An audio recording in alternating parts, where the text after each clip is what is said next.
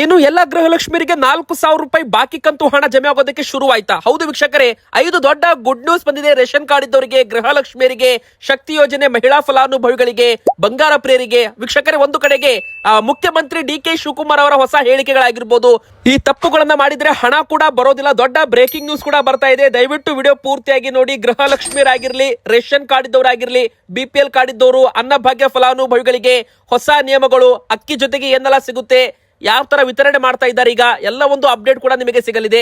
ಇನ್ನು ಉಚಿತ ಬಸ್ ಯೋಜನೆಗೆ 2 ದೊಡ್ಡ ರೂಲ್ಸ್ ಗಳು ಜಾರಿಗೆ ಬರುತ್ತಾ ಅಂತ ದೊಡ್ಡ ಪ್ರಶ್ನೆ ಆಗ್ತಾ ಇದೆ. ಯಾಕಂದ್ರೆ ಒಂದು ಕಡೆಗೆ ಶಕ್ತಿ ಸ್ಮಾರ್ಟ್ ಕಾರ್ಡ್ ವಿತರಣೆ ಬಗ್ಗೆ, ಹಾಗಾದ್ರೆ ಉಚಿತ ಸ್ಟೂಡೆಂಟ್ ಬಸ್ ಪಾಸ್ ವಿತರಣೆ ಕೂಡ ಒಂದು ಕಡೆಗೆ ಪ್ರಾರಂಭವಾಗಿದೆ. ಅರ್ಜಿ ಹೇಗೆ ಹಾಕಬೇಕು, ಹೇಗೆ ಪಾಸ್ ಶಕ್ತಿ ಸ್ಮಾರ್ಟ್ ಕಾರ್ಡ್ ಪಡ್ಕೋಬೇಕು, ಇದ್ರ ಬಗ್ಗೆನೂ ಕೂಡ ದೊಡ್ಡ ಮಾಹಿತಿ ಬಂದಿದೆ. ಇನ್ನು ಬಂಗಾರ ಬೆಳ್ಳಿ ಖರೀದಿ ಮಾಡೋರಿಗೆ ದೊಡ್ಡ ಶುಭ ಸುದ್ದಿ. ಎದಕ್ಕಂದ್ರೆ ದಿಢೀರ್ ಅಂತ ರಾತ್ರೋರಾತ್ರಿ ಪಾತಾಳಕ್ಕೆ ಕುಸಿಯಲು ಪ್ರಾರಂಭವಾಗಿದೆ ಬಂಗಾರ ಮತ್ತು ಬೆಳ್ಳಿ ಬೆಲೆಗಳು. ವೀಕ್ಷಕರು, ಇವತ್ತಿನ ಬೆಲೆ ಕೇಳಿದ್ರೆ ನೀವು ಅಚ್ಚರಿ ಆಗ್ಬಹುದು. ದೊಡ್ಡ ಮಟ್ಟದಲ್ಲಿ ಕುಸಿತ ಕಂಡಿದೆ. ಇನ್ನು ನಮ್ಮ ಕರ್ನಾಟಕದಲ್ಲಿ ಇನ್ನು 3 ಗಂಟೆಗಳಲ್ಲಿ ಭಾರಿ ಮಳೆ ಆಗಲಿದೆ. ಈ 12 ಜಿಲ್ಲೆಗಳಿಗೆ ಜನರಿಗೆ ಅಲರ್ಟ್ ಕೊಡಲಾಗಿದೆ. ಹಾಗಾದ್ರೆ ಯಾವೆಲ್ಲ ಜಿಲ್ಲೆಗಳಿಗೆ ಅಲರ್ಟ್ ಕೊಡಲಾಗಿದೆ, ಮತ್ತೆ ನಿಮ್ಮ ಊರಿನ ಹೆಸರು ಕೂಡ ಇದರಲ್ಲಿ ಇದೆಯಾ? ಅಂದ್ರೆ ನಿಮ್ಮ ಊರಲ್ಲೂ ಕೂಡ ಮಳೆ ಬರ್ತಾ ಇದೆಯಾ? ಕಮೆಂಟ್ ಅಲ್ಲಿ ನಿಮ್ಮ ಊರಿನ ಹೆಸರನ್ನ ಕಮೆಂಟ್ ನೀವು ಮಾಡಬಹುದು. ದಯವಿಟ್ಟು ವಿಡಿಯೋ ಪೂರ್ತಿಯಾಗಿ ನೋಡಿ, ಎಲ್ಲಾ ಮಾಹಿತಿ ಕೂಡ ತಿಳಿದುಕೊಳ್ಳಿ. ಮೊದಲಿಗೆ ನೀವು ಗೃಹಲಕ್ಷ್ಮಿಯರಾಗಿದ್ರೆ, ರೇಷನ್ ಕಾರ್ಡ್ ಹೊಂದಿದ್ರೆ ಬೇಗನೆ ವಿಡಿಯೋಗೆ ಲೈಕ್ ಮಾಡಿ. ನಿಮಗೆ ಒಂದು ಸೂಪರ್ ಗುಡ್ ನ್ಯೂಸ್ ಕೂಡ ಈ ವಿಡಿಯೋದಲ್ಲಿ ಬರಲಿದೆ. ಹಾಗೂ ಪ್ರತಿಯೊಬ್ರು ಕೂಡ ಕಮೆಂಟ್ ಮಾಡಿ. ನಾವು ಕೇಳೋ ಪ್ರಶ್ನೆ ಏನಪ್ಪಾ ಅಂದ್ರೆ, ಆ ಒಂದು ಉತ್ತರ ಕಮೆಂಟ್ ಮಾಡಿ. ನಿಮಗೆ 30ನೇ ಕಂತು ಹಣ ಜಮೆ ಆಯ್ತಾ? ಎದಕ್ಕಂದ್ರೆ ಸರ್ಕಾರದಿಂದ ಅಧಿಕೃತವಾಗಿ ಅಪ್ಡೇಟ್ ಬಂದಿದೆ. ಇಲ್ಲಿವರೆಗೂ ಒಂದು ಗೃಹಲಕ್ಷ್ಮಿ ಅಕೌಂಟ್ಗೆ 60,000 ರೂಪಾಯಿವರೆಗೂ ಹಣವನ್ನ ಹಾಕೋದ್ರ ಮೂಲಕ 30 ಕಂತು ಹಣವನ್ನ ಕ್ಲಿಯರ್ ಮಾಡಲಾಗಿದೆ ಅಂತೆ. ಹಾಗಾದ್ರೆ ಈಗ 31ನೇ ಕಂತು ಹಣ ಯಾವಾಗ ಬರುತ್ತೆ ಎಂಬುವ ಪ್ರಶ್ನೆ ನೋಡಿ ವೀಕ್ಷಕರೇ. ಕೆಲವರಿಗೆ 29ನೇ ಕಂತು, 30ನೇ ಕಂತು ಹಣ ಕೂಡ ಬಂದಿಲ್ಲ ಅಂತ ಹೇಳ್ತಾ ಇದ್ದಾರೆ. ಇನ್ನು ಕೆಲವರು 30ನೇ ಕಂತು ಬಂದಿದೆ, 31ನೇ ಕಂತು ಯಾವಾಗ ಬರುತ್ತೆ ಅಂತ ಪ್ರಶ್ನೆ ಕೇಳ್ತಾ ಇದ್ದಾರೆ. ನಿಮಗೆಲ್ಲರಿಗೂ ಉತ್ತರ ಏನಪ್ಪಾ ಅಂದ್ರೆ, ಇನ್ನು 1 ವಾರದಲ್ಲಿ ಎಲ್ಲದಕ್ಕೂ ಕೂಡ ಉತ್ತರ ನಿಮಗೆ ಸಿಗಲಿದೆ ವೀಕ್ಷಕರೇ. ಹೌದು, ಗೃಹಲಕ್ಷ್ಮಿ ಯೋಜನೆ ಪರಿಶೀಲನೆ ಪರಿಷ್ಕರಣೆ ರಾಜ್ಯ ಸರ್ಕಾರದ ಮಟ್ಟದಿಂದ ಶುರುವಾಗಿದೆ. ಅಂದ್ರೆ ನೀವೆಲ್ಲರೂ ಕೂಡ ಗೃಹಲಕ್ಷ್ಮಿಯವರು ಮತ್ತೊಮ್ಮೆ ಅರ್ಜಿಯನ್ನ ಹಾಕಲೇಬೇಕು. ಎದಕ್ಕಂದ್ರೆ ಹೊಸದಾಗಿ ಅರ್ಜಿ ನೀವು ಹಾಕೋದ್ರ ಮೂಲಕ ಗೃಹಲಕ್ಷ್ಮಿ ಯೋಜನೆ ಮತ್ತೆ ಇದನ್ನ ಮೊದಲಿನಿಂದ ಶುರು ಮಾಡ್ತಾರಾ? ಅಂದ್ರೆ ನೋಡಿ, 31ನೇ ಕಂತು ಹಣ ಸದ್ಯಕ್ಕೆ ಬರೋದು ಡೌಟ್ ಅಂತ ಹೇಳಲಾಗ್ತಾ ಇದೆ. ಒಂದು ಕಡೆಗೆ ಕೆಲವರಿಗೆ 30ನೇ ಕಂತು ಹಣ ಬಂದಿಲ್ಲ ಅಂತವರಿಗೆ ಈಗಲೂ ಕೂಡ ಹಣ ಜಮೆ ಆಗ್ತಾ ಇದೆ. ನೋಡಿ, ಕೊನೆ ಹಂತ ಅಂದ್ರೆ 1 ಹಂತ, 2 ಹಂತ, 3 ಹಂತದಲ್ಲಿ ಹಣವನ್ನ ಟ್ರಾನ್ಸ್ಫರ್ ಮಾಡ್ತಾರಲ್ಲ, 3ನೇ ಹಂತದಲ್ಲಿ ಕೆಲವರಿಗೆ ನಿನ್ನೆ ರಾತ್ರಿವರೆಗೂ 30ನೇ ಕಂತು ಹಣ ಜಮೆ ಆಗಿದೆ. ತುಂಬಾ ಜನರಿಗೆ 30ನೇ ಕಂತು ಬಂದಿರ್ಲಿಕ್ಕಿಲ್ಲ. ಅಂತವರು ಇನ್ನೊಮ್ಮೆ ಚೆಕ್ ಮಾಡ್ಕೊಳ್ಳಿ. ಬ್ಯಾಂಕ್ ಅಕೌಂಟ್ ಆಗಿರ್ಬೋದು, ನಿಮ್ಮ DBT ಆಪ್ ನ ಚೆಕ್ ಮಾಡ್ಕೊಳ್ಳಿ. 30ನೇ ಕಂತು ನಿನ್ನೆವರೆಗೂ ಮತ್ತು ಇವತ್ತು ಬೆಳಿಗ್ಗೆಯಿಂದ ಸ್ವಲ್ಪ ಜನರಿಗೆ ಬರಲಿದೆ ಅಂತಾನೂ ಕೂಡ ಇಲ್ಲಿ ಹೇಳಲಾಗ್ತಾ ಇದೆ. 30ನೇ ಕಂತು ಕಂಪ್ಲೀಟ್ ಆಗ್ತಾ ಇದ್ದಂತೆ 31ನೇ ಕಂತಿನಿಂದ ಹಣ ಬರಬೇಕಂದ್ರೆ ಟೈಟ್ ರೂಲ್ಸ್ ಅಂತಾನೆ ಹೇಳ್ಬೋದು. ಅಂದ್ರೆ ಗೃಹಲಕ್ಷ್ಮಿಯರಿಗೆ ಮೊದಲು ಏನಾಗ್ತಾ ಇತ್ತು, ಪ್ರತಿಯೊಬ್ಬರಿಗೂ ಕೂಡ ಹಣ ಹಾಕ್ಬಿಡ್ತಿದ್ರು. ಆದ್ರೆ ಇನ್ ಮುಂದೆ ಆತರ ಇರಲ್ಲ. ಪ್ರತಿಯೊಂದು ಅಕೌಂಟ್ ಕೂಡ ಚೆಕ್ ಮಾಡ್ತಾರೆ. ಒಂದು ಗೃಹಲಕ್ಷ್ಮಿ ಅಕೌಂಟ್ ನೀವೇನಾದ್ರೂ ಮೊಬೈಲ್ ನಂಬರ್ ಬೇರೆಯವ್ರದ್ದು ಕೊಟ್ಟಿದ್ರೆ, ಅವಸರದಲ್ಲಿ ಯೋಜನೆಗೆ ಅಪ್ಲೈ ಮಾಡುವಾಗ ಯಾರದ್ದು ಮೊಬೈಲ್ ನಂಬರ್ ನೀವು ಕೊಟ್ಟಿರ್ಬೋದು, ರಾಂಗ್ ಇನ್ಫಾರ್ಮೇಶನ್ ಕೊಟ್ಟಿದ್ರೆ, ಅವಾಗ ನಿಮ್ಮ ಗೃಹಲಕ್ಷ್ಮಿ ಅಕೌಂಟ್ಗೆ ಸರ್ಕಾರ ಹಣ ಹಾಕೋದಿಲ್ಲ ಅಂತ ಹೇಳಲಾಗ್ತಾ ಇದೆ. ಯಾಕಂದ್ರೆ ತುಂಬಾ ಜನರು ಈ ಒಂದು ಯೋಜನೆ ದುರ್ಬಳಕೆ ಮಾಡಿಕೊಂಡಿದ್ದಾರೆ. ಇನ್ನು ಎರಡನೇದಾಗಿ ಹೇಳ್ಬೇಕಂದ್ರೆ, ತುಂಬಾ ಜನರು ಒಂದೇ ಒಂದು ಮನೆಯಲ್ಲಿ 2-3 ಜನರು ಗೃಹಲಕ್ಷ್ಮಿ ಯೋಜನೆ ಲಾಭ ಪಡ್ಕೋತಾ ಇದ್ದಾರೆ. ಇದು ಕೂಡ ತಪ್ಪು. ಇನ್ನು ಮೃತಪಟ್ಟವರ ಅಕೌಂಟ್ಗೂ ಕೂಡ ಸರ್ಕಾರ ಈಗಲೂ ಹಣ ಹಾಕ್ತಾ ಇದೆ. ಹೀಗಾಗಿ ಅಂತವರ ಮನೆಯವರು ಅಂದ್ರೆ ಮೃತಪಟ್ಟಿದ್ರು ಕೂಡ ಅವರ ಒಂದು ATM ಕಾರ್ಡ್ ಬಳಸಿ ಹಣವನ್ನ ವಿಡ್ರಾಲ್ ಮಾಡಿಕೊಂಡು ಆ ಒಂದು ಹಣವನ್ನ ಬಳಕೆ ಮಾಡಿದ್ದಾರೆ. ಆ ಒಂದು ಹಣ ಕೂಡ ವಾಪಸ್ ವಸೂಲಿ ಮಾಡಲು ಸರ್ಕಾರ ಮುಂದಾಗ್ತಾ ಇದೆ ಅಂತಾನು ಕೂಡ ಇಲ್ಲಿ ಹೇಳ್ಬೋದು. ಒಟ್ಟು ನಮ್ಮ ಕರ್ನಾಟಕ ರಾಜ್ಯದಂತ ಗೃಹಲಕ್ಷ್ಮಿ ಸ್ಕೀಮ್ ನಿಂದ ಈಗ 1,95,000 ಮೃತ ಮಹಿಳೆಯರು ಪತ್ತೆಯಾಗಿದ್ದಾರೆ. ನೋಡಿ, 1,24,00,000 ಮಹಿಳೆಯರು ಗೃಹಲಕ್ಷ್ಮಿಯರು.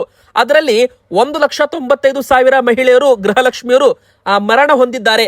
ಅಂತವರ ಅಕೌಂಟ್ ಕೂಡ ಸರ್ಕಾರ ಹಣ ಹಾಕ್ತಾ ಇತ್ತು. ಆದ್ರೆ ಇನ್ ಮುಂದೆ ಆತರ ಇರೋದಿಲ್ಲ.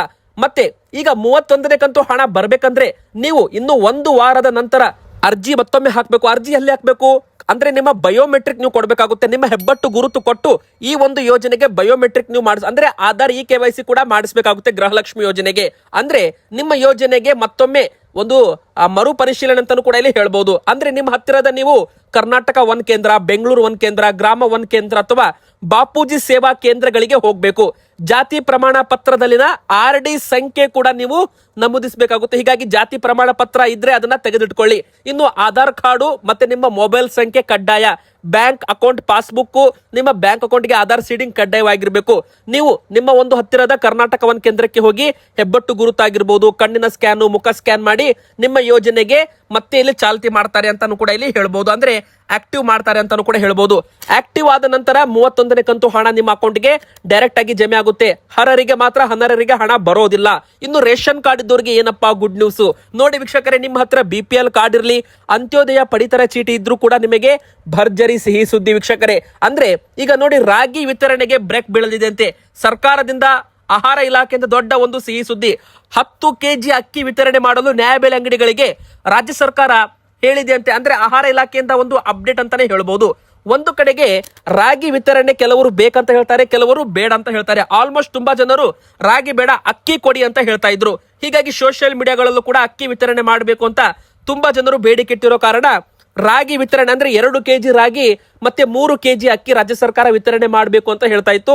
ಆದ್ರೆ ತುಂಬಾ ಜನರಿಗೆ ಮೇ ತಿಂಗಳಲ್ಲಿ ಸರ್ವರ್ ಸಮಸ್ಯೆಯಿಂದಾಗಿ ಕರ್ನಾಟಕ ಪಾಲಿನ ಆಹಾರ ಧಾನ್ಯಗಳು ವಿತರಣೆ ಆಗಿಲ್ಲ. ಅಂತವರಿಗೆ ಈ ತಿಂಗಳು ಅಂದ್ರೆ ಜೂನ್ ತಿಂಗಳಲ್ಲಿ ಬಾಕಿ ಅಂದ್ರೆ 2 ತಿಂಗಳದ್ದು ಪಡಿತರ ಒಟ್ಟಿಗೆ ವಿತರಣೆ ಮಾಡುವಂತೆ ಆಹಾರ ಇಲಾಖೆ ನ್ಯಾಯಬೆಲೆ ಅಂಗಡಿಗಳಿಗೆ ಹೇಳಿದೆ. ಅಂದ್ರೆ ಒಂದು ಬಾರಿ ಬೆರಳಚ್ಚು ಕೊಟ್ಟು ನೀವು 2 ತಿಂಗಳದ್ದು ಪಡಿತರವನ್ನ ಪಡ್ಕೋಬೇಕಾಗುತ್ತೆ. ಆದ್ರೆ ಕೇಂದ್ರ ಸರ್ಕಾರ ನೋಡಿ, ಹೋದ ತಿಂಗಳು ಅಂದ್ರೆ ಮೇ ತಿಂಗಳಲ್ಲಿ 2 ತಿಂಗಳದ್ದು ಪಡಿತರ ವಿತರಣೆ ನಿಮಗೆ ಮಾಡಿರ್ಬೋದು. ರಾಗಿ ಮತ್ತು ಅಕ್ಕಿ ವಿತರಣೆ ಮಾಡಿರ್ಬೋದು. ಕೆಲವೊಂದು ಕಡೆಗೆ ಹೆಚ್ಚುವರಿ ಅಕ್ಕಿ ವಿತರಣೆ ಕೂಡ ಮಾಡಿರ್ಬೋದು. ಆದ್ರೆ ಕೆಲವೊಂದು ಜಿಲ್ಲೆಗಳಲ್ಲಿ 6 ಕೆಜಿ ರಾಗಿ, 4 ಕೆಜಿ ಅಕ್ಕಿ ವಿತರಣೆ ಮಾಡಿದ್ದಾರೆ. ಅದು ಕೇಂದ್ರದ ಪಾಲಿದ್ದು ಆಗಿದ್ರೆ, ಕರ್ನಾಟಕ ಪಾಲದ್ದು ನಿಮಗೆ ವಿತರಣೆ ಆಗಿಲ್ಲ ಅಂದ್ರೆ ಇವತ್ತಿನಿಂದಲೇ ಶುರು ಆಗ್ತಾ ಇದೆಯಲ್ಲ. ಸೊ ನೀವು ಜೂನ್ ತಿಂಗಳಲ್ಲಿ ಬೆಳಗಿನ ಜಾವದಿಂದ ರಾತ್ರಿವರೆಗೂ ಕೂಡ ನ್ಯಾಯಬೆಲೆ ಅಂಗಡಿಗಳಲ್ಲಿ ಬೆರಳಚ್ಚು ಕೊಡೋದ್ರ ಮೂಲಕ ಒಬ್ಬರಿಗೆ 10 ಕೆಜಿ ಅಕ್ಕಿ ಅಂತಾನೂ ಕೂಡ ಇಲ್ಲಿ ಹೇಳಲಾಗ್ತಾ ಇದೆ. ಅಂದ್ರೆ ಮೇ ಮತ್ತು ಜೂನ್ 2 ತಿಂಗಳದ್ದು ಅಕ್ಕಿ ವಿತರಣೆ ಒಟ್ಟಿಗೆ ಜೂನ್ ತಿಂಗಳಲ್ಲಿ ಮಾಡ್ತಾ ಇದ್ದಾರೆ. ಅಂದ್ರೆ 2 ತಿಂಗಳದ್ದು ಬಾಕಿ ಪಡಿತರ ವಿತರಣೆ ಈಗ ಪ್ರಾರಂಭವಾಗ್ತಾ ಇದೆ ಅಂತಾನೂ ಕೂಡ ಇಲ್ಲಿ ಹೇಳಬಹುದು ವೀಕ್ಷಕರೇ. ಇನ್ನು ಎರಡನೇದಾಗಿ, ಈಗ ಅಕ್ಕಿ ವಿತರಣೆ ಮಾಡ್ತಾ ಇದ್ದಾರೆ ಅಂದ್ರೆ ಇಂದಿರಾ ಕಿಟ್ ವಿತರಣೆ ಮಾಡಲ್ವಾ ಅಂತ ತುಂಬಾ ಜನ ಪ್ರಶ್ನೆ ಕೇಳಬಹುದು ವೀಕ್ಷಕರೇ. ಜೂನ್ ತಿಂಗಳಿನಿಂದ ಅಡುಗೆ ಎಣ್ಣೆ, ಉಪ್ಪು, ಸಕ್ಕರೆ, ತೊಗರಿಬೇಳೆ ಈ 4 ಆಹಾರ ಸಾಮಗ್ರಿಗಳನ್ನ ಕೊಡ್ತೀವಿ ಅಂತ ರಾಜ್ಯ ಸರ್ಕಾರದಿಂದ ಮೊದಲೇ ಒಂದು ಹೇಳಿಕೆ ಬಂದಿತ್ತು. ಆದ್ರೆ ರಾಜ್ಯ ಸರ್ಕಾರದಲ್ಲಿ ದೊಡ್ಡ ಮಟ್ಟದಲ್ಲಿ ಬದಲಾವಣೆ ಆಗಿರೋದು ನಿಮಗೆಲ್ಲ ಗೊತ್ತೇ ಇದೆ. ಸೊ ವೀಕ್ಷಕರೇ, ಸ್ವಲ್ಪ ವಿಳಂಬ ಆಗಬಹುದು ಅಂತ ಹೇಳಲಾಗ್ತಾ ಇದೆ. ಅಂದ್ರೆ ಎಲ್ಲಾ ಕೂಡ ಈಗ ಹೊಸದಾಗಿ ಮತ್ತೊಮ್ಮೆ ಚಾಲ್ತಿಗೆ ತರ್ತಾರ. ಈಗಾಗಲೇ ಬಜೆಟ್ ನಲ್ಲಿ 6200 ಕೋಟಿ ರೂಪಾಯಿ ಹಣ ಕೂಡ ಮೀಸಲಿಟ್ಟಿದ್ದಾರೆ. ನೋಡಿ, ಇಲ್ಲಿ 2.5 ಕೆಜಿದು, 5 ಕೆಜಿದು, 7.5 ಕೆಜಿದು 3 ತರಹದ ಕಿಟ್ ಗಳನ್ನ ರೆಡಿ ಮಾಡಿದ್ದಾರೆ. ಮುಂದಿನ ಜುಲೈ ತಿಂಗಳಿನಿಂದ ವಿತರಣೆ ಆಗುವ ಸಾಧ್ಯತೆ ಕೂಡ ಇರುವಂತದ್ದು ವೀಕ್ಷಕರೇ. ಈಗ ನೋಡಿ, ಬಸ್ ನಲ್ಲಿ ಪ್ರಯಾಣಿಸುವ ಮಹಿಳೆಯರಿಗೆ ಆಗಿರ್ಬೋದು, ವಿದ್ಯಾರ್ಥಿಗಳಿಗೆ ಹೊಸ ಒಂದು ಗುಡ್ ನ್ಯೂಸ್ ಕೂಡ ಬಂದಿದೆ. ಮೊದಲಿಗೆ ಹೇಳ್ಬೇಕಂದ್ರೆ ವಿದ್ಯಾರ್ಥಿಗಳಿಗೆ bus pass, free bus pass ವಿತರಣೆ ಆದೇಶ ಕೊಡಲಾಗಿದೆ. ಬೇಗನೆ ಎಲ್ಲಾ ವಿದ್ಯಾರ್ಥಿಗಳು ಸೇವಾ ಸಿಂಧು ಕೇಂದ್ರಕ್ಕೆ ಹೋಗ್ಬಿಟ್ಟು ಅಥವಾ ಕರ್ನಾಟಕ 1 ಬೆಂಗಳೂರು 1 ಕೇಂದ್ರಕ್ಕೆ ಹೋಗಿ ಅಲ್ಲಿ ನೀವು ಅರ್ಜಿ ಹಾಕಬಹುದು. ಅರ್ಜಿ ಹಾಕ್ಬೇಕಂದ್ರೆ ನಿಮ್ದು ಆಧಾರ್ ಕಾರ್ಡು, 2 ಫೋಟೋ ಮತ್ತೆ ನಿಮ್ಮ ಒಂದು ಫೀಸ್ ರೆಸಿಪ್ಟ್ ಆಗಿರ್ಬೋದು, ಇನ್ನು ಮುಖ್ಯವಾಗಿ ನಿಮ್ದು ಮೊಬೈಲ್ ಸಂಖ್ಯೆ, ಇಷ್ಟು ಕೊಟ್ಟು ನೀವು ಅರ್ಜಿ ಹಾಕಿದ್ರೆ ನಿಮಗೆ ರಾಜ್ಯದಂತ ಅಂದ್ರೆ ಕರ್ನಾಟಕ ರಾಜ್ಯದಂತ ಎಲ್ಲಾ ವಿದ್ಯಾರ್ಥಿಗಳಿಗೂ ಕೂಡ ಫ್ರೀ ಬಸ್ ಪಾಸ್, ಅಂದ್ರೆ ನೀವು ಆ ಬಸ್ ನಲ್ಲಿ ಫ್ರೀ ಆಗಿ ಓಡಾಡಬಹುದು. ವಿದ್ಯಾರ್ಥಿಗಳು ಅಂದ್ರೆ ಗಂಡು ಮಕ್ಕಳಿಗೂ ಕೂಡ ಈಗ ಫ್ರೀ ಅಂತ ಹೇಳ್ಬಹುದು. ಅಂದ್ರೆ ಈಗ ಚಾಲ್ತಿಗೆ ಬಂದಿದೆ. ಮತ್ತೆ ಇದು ಅಧಿಕೃತವಾಗಿ ವೆಬ್ಸೈಟ್ ನಲ್ಲೂ ಕೂಡ ಓಪನ್ ಆಗಿದೆ. ಮತ್ತೆ ಅರ್ಜಿ ಕೂಡ ವಿದ್ಯಾರ್ಥಿಗಳು ಹಾಕ್ಬಿಟ್ಟು ಪಾಸ್ ಪಡ್ಕೋಬಹುದು. ಆದ್ರೆ ತುಂಬಾ ಜನ ಮೊದಲೇ ಅಂದ್ರೆ ಈ ಒಂದು ಯೋಜನೆ ಘೋಷಣೆ ಆಗೋಕ್ಕಿಂತ ಮುಂಚೆನೆ ತುಂಬಾ ಜನ ಹಣ ಕೊಟ್ಟು ಖರೀದಿ ಮಾಡಿಬಿಟ್ಟಿದ್ದಾರೆ ಪಾಸ್ ಗಳನ್ನ. ಅಂತವರಿಗೆ ಈ ಒಂದು ಪೂರ್ತಿ ಹಣವನ್ನ ವಾಪಸ್ ರಿಫಂಡ್ ಮಾಡ್ತೀವಿ ಅಂತಾನು ಕೂಡ ಸಾರಿಗೆ ಸಚಿವರು ಭೈರತಿ ಸುರೇಶ್ ಅವರು ಅಂತ ವಿದ್ಯಾರ್ಥಿಗಳಿಗೂ ಕೂಡ ಗುಡ್ ನ್ಯೂಸ್ ಕೊಟ್ಟಿದ್ದಾರೆ. ಅಂದ್ರೆ ಇಲ್ಲಿ ಶ್ರೀಮಂತರು, ಬಡ ಮಕ್ಕಳು ಆತರ ಇಲ್ಲ. ಎಲ್ಲಾ ವಿದ್ಯಾರ್ಥಿಗಳಿಗೆ LKG ಇಂದ ಹಿಡಿದು PG ವರೆಗೂ MBBS ಕಲಿತಾ ಇರಲಿ, ಕಾಮರ್ಸ್ ಕಲಿತಾ ಇರಲಿ, ಸೈನ್ಸ್ ಇರಲಿ, ಆರ್ಟ್ಸ್ ಇರಲಿ, SSLC ಇರಲಿ, 1ನೇತ್ತ 2ನೇತ್ತ ಎಲ್ಲಾ ವಿದ್ಯಾರ್ಥಿಗಳಿಗೂ ಕೂಡ, ಗಂಡು ಮಕ್ಕಳಿಗೂ ಕೂಡ ಫ್ರೀ ಅಂತಾನೆ ಹೇಳ್ಬೋದು. ಇನ್ನು ನಮ್ಮ ಶಕ್ತಿ ಸ್ಮಾರ್ಟ್ ಕಾರ್ಡು ಅಂದ್ರೆ ಮಹಿಳೆಯರಿಗೆ ಆಧಾರ್ ಕಾರ್ಡ್ಗೆ ಬ್ರೇಕ್ ಬೀಳೋದು ಗ್ಯಾರಂಟಿ. ನೋಡಿ, ಎಲ್ಲಾ ವಿದ್ಯಾರ್ಥಿಗಳಿಗೆ ಪಾಸ್ ವಿತರಣೆ ನಂತರ ಶಕ್ತಿ ಸ್ಮಾರ್ಟ್ ಕಾರ್ಡ್ ಕೂಡ ಇದೇ ತರ ವಿತರಣೆ ಮಾಡ್ತಾರೆ. ಈಗ ಯಾವ ತರ ವಿದ್ಯಾರ್ಥಿಗಳು ಸೇವಾ ಸಿಂಧು ಕರ್ನಾಟಕ 1 ನಲ್ಲಿ ಹೋಗಿ ಅರ್ಜಿ ಹಾಕ್ತಾರಲ್ಲ, ಅದೇ ತರ ಮಹಿಳೆಯರು ಕೂಡ ಶಕ್ತಿ ಸ್ಮಾರ್ಟ್ ಕಾರ್ಡ್ಗೆ ಅರ್ಜಿ ಹಾಕೋದ್ರ ಮೂಲಕ ತಮ್ಮ ಒಂದು ಫೋಟೋ ಆಗಿರ್ಬೋದು, Aadhaar card, ration card details, ಕರ್ನಾಟಕದವರು ಅಂತ ಪುರಾವೆ ಎಲ್ಲ ಕೂಡ ಡೀಟೇಲ್ ಆಗಿ ಮಾಹಿತಿ ಪಡ್ಕೊಂಡು ಅಲ್ಲಿ ಅರ್ಜಿಯನ್ನ ನೀವು ಹಾಕಬೇಕಾಗುತ್ತೆ. ಅರ್ಜಿ ಹಾಕಿದ ನಂತರ ನಿಮಗೆ ಶಕ್ತಿ ಸ್ಮಾರ್ಟ್ ಕಾರ್ಡು ಹತ್ತಿರದ ಬಸ್ ಡಿಪೋಟ್ಗಳಲ್ಲಿ ಸಿಗಬಹುದು. ನಂತರ ಆ ಒಂದು ಸ್ಮಾರ್ಟ್ ಕಾರ್ಡ್ ಬಳಸಿ ನೀವು ಪ್ರಯಾಣಿಸಬೇಕು. ಒಂದು ವೇಳೆ ನೀವು ಸ್ಮಾರ್ಟ್ ಕಾರ್ಡ್ ಬಳಸಿಲ್ಲ ಅಂದ್ರೆ ಆಧಾರ್ ಕಾರ್ಡ್ ತೋರಿಸಿದ್ರೆ ಅವಾಗ ನಿಮಗೆ ಟಿಕೆಟ್ ಕೊಡೋದಿಲ್ಲ. ಅಂದ್ರೆ ಆಧಾರ್ ಕಾರ್ಡ್ಗೆ ಪೂರ್ತಿ ಪ್ರಮಾಣದಲ್ಲಿ ಬ್ರೇಕ್ ಬೀಳುತ್ತೆ ಅಂತಾನೆ ಹೇಳ್ಬೋದು. ಆಧಾರ್ ಕಾರ್ಡ್ ಬದಲಾಗಿ ಶಕ್ತಿ ಸ್ಮಾರ್ಟ್ ಕಾರ್ಡು ಇನ್ನು 1 ರಿಂದ 2 ತಿಂಗಳ ಒಳಗೆ ಚಾಲ್ತಿಯಲ್ಲಿ ಬರಲಿದೆ ಅಂತಾನು ಕೂಡ ಇಲ್ಲಿ ಹೇಳಲಾಗ್ತಾ ಇದೆ. ಇನ್ನು 4ನೇ ದೊಡ್ಡ ಬ್ರೇಕಿಂಗ್ ನ್ಯೂಸ್ ಏನಪ್ಪಾ ಅಂದ್ರೆ ಕರ್ನಾಟಕದಲ್ಲಿ ಭಾರಿ ಮಳೆ. ಅಂದ್ರೆ ಈ ಒಂದು ಜಿಲ್ಲೆಗಳಲ್ಲಿ ಮೊದಲು ಭರ್ಜರಿ ಮಳೆ ಆಗ್ತಾ ಇದೆ. ಅಂದ್ರೆ ಸಂಜೆಯಿಂದಲೇ ಭಾರಿ ಮಳೆ ಅಂತಾನೆ ಹೇಳ್ಬಹುದು. ಯಾವೆಲ್ಲ ಜಿಲ್ಲೆಗಳಿಗೆ ಅಲರ್ಟ್ ಕೊಡಲಾಗಿದೆ ಅಂದ್ರೆ ಮೊದಲಿಗೆ ಕರಾವಳಿ ಭಾಗದಲ್ಲಿ ಅಂದ್ರೆ ಉಡುಪಿ, ಉತ್ತರ ಕನ್ನಡ, ದಕ್ಷಿಣ ಕನ್ನಡ, ಕೊಡಗು, ಮಂಗಳೂರು ಈ ಕಡೆ ಭಾಗಗಳಲ್ಲಿ ಭಾರಿ ಮಳೆ ಆಗಲಿದೆ ಅಂತ ಹವಾಮಾನ ಇಲಾಖೆಯಿಂದ ಒಂದು ಅಪ್ಡೇಟ್ ಸಿಕ್ಕಿರುವಂತದ್ದು ವೀಕ್ಷಕರೇ. ಗುಡುಗು ಸಿಡಿಲು ಸಮೇತ ಭಾರಿ ಮಳೆ ಬೀಳೋದ್ರಿಂದ ಜನರು ಸ್ವಲ್ಪ ಹುಷಾರಾಗಿರ್ಬೇಕು. ಅಂದ್ರೆ 3 ದಿನಗಳ ಕಾಲ ಭಾರಿ ಮಳೆ ಆಗಲಿದೆ. ಇನ್ನು ದಕ್ಷಿಣ ಕರ್ನಾಟಕದ ಒಳನಾಡಿನ ಭಾಗಗಳಾಗಿರ್ಬೋದು, ಉತ್ತರ ಕರ್ನಾಟಕದ ಒಳನಾಡಿನ ಭಾಗಗಳಲ್ಲಿ ಹೆಚ್ಚು ಮಳೆ.